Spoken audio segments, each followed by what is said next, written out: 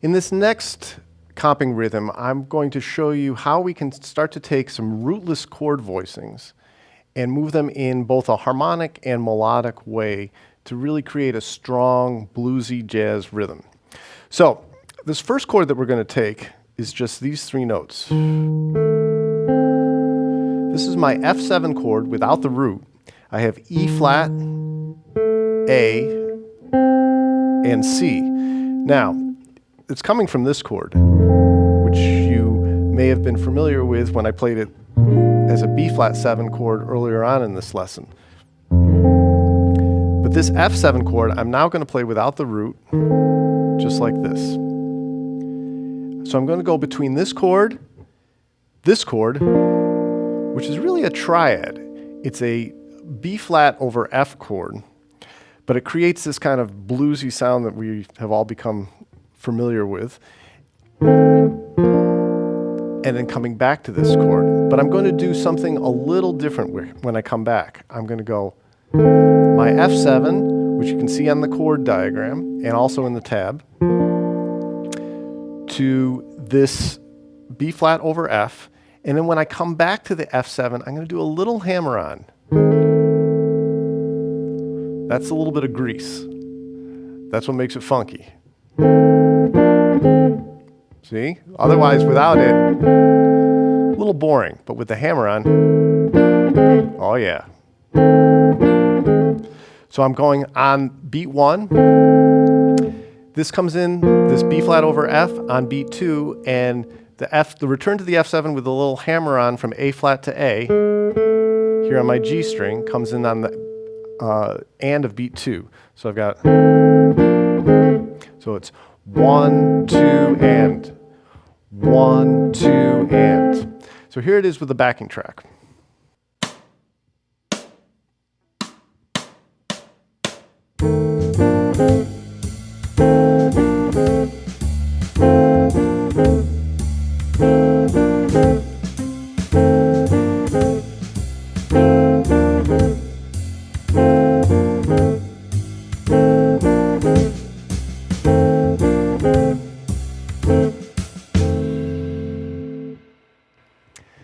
Now, I'm going to take that same exact pattern that I just played here in first position, and we're going to move up to sixth position. This is going to be for my B flat 7 chord. So now we're just basically taking this same fingering and transferring it up a fourth to B flat. So I'm going to play it exactly the same way. I've got my B flat 7 here. This is going to be my E flat triad with B flat in the bass. And then back to the B flat 7 with that little hammer-on. So it's 1, 2, and 1, 2, and. So check it out with the backing track.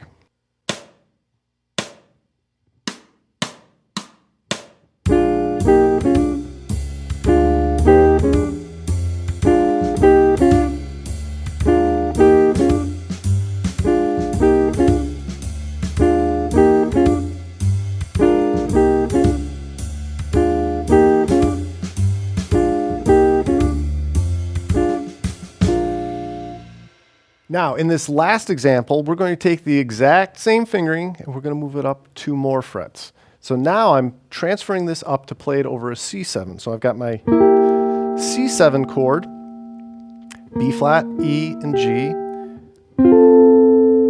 to an F chord with C in the bass, C, F, and A, and then back to the C7, but I'm hammering on from the E flat to the E.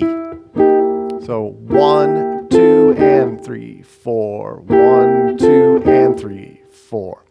So let's check this out with the track.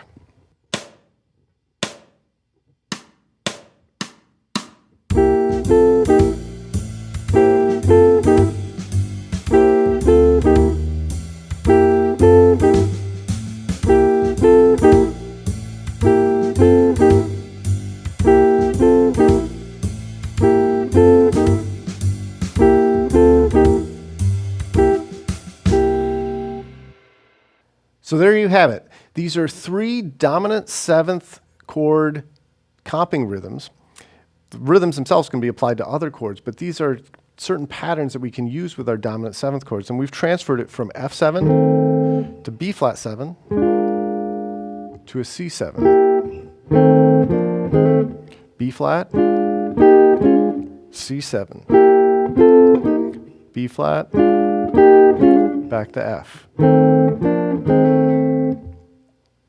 So spend some time here really getting this rhythm down, get these chords down, make sure that you're getting it to fall right in the pocket. It's so important to make your chords and your comping feel good, because that's what it's all about, is making the music feel good.